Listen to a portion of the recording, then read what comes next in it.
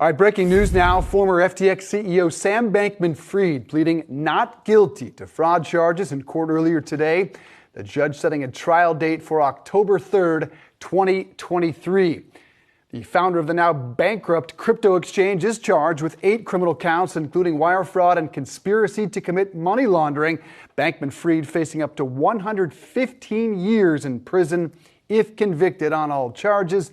Yahoo Finance's David Hollerith joins us now. David, you were at the courthouse earlier today. What were your observations? So Bankman-Fried and party came out of a black SUV, and it was noticeably the crowd was thinner than it was for his initial arraignment. This is sort of the second part of his arraignment.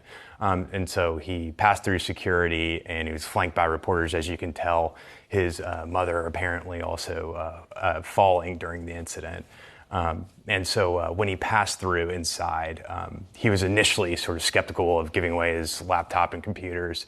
He had to anyway, as everyone in the courtroom did. He pled not guilty in the courtroom. After that, there was a lot of discussions about next steps for the discovery period.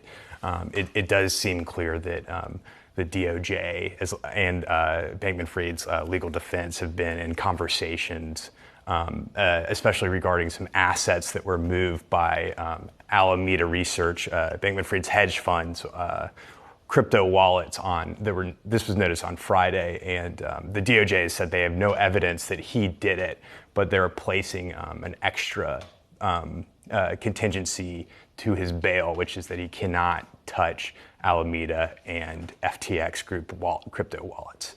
David, what was his body language like in the courtroom? And I guess, how did he appear, comparing that to how we have seen him on Yahoo Finance and on other networks in the past before the arrest? Yeah, that's a good question.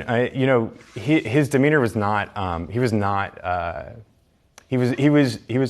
I would say, in terms of what you would expect. And I think that a lot of it had to do with the fact that, one, this is routine, and there have clearly been negotiations that have been set. And at this point, too, I think that there's clearly some agreements that have been made. The trial date is obviously set for October. He might plea guilty before then. He has the option. But that being said, it gives him more time in this period of discovery, which is sort of happening right now.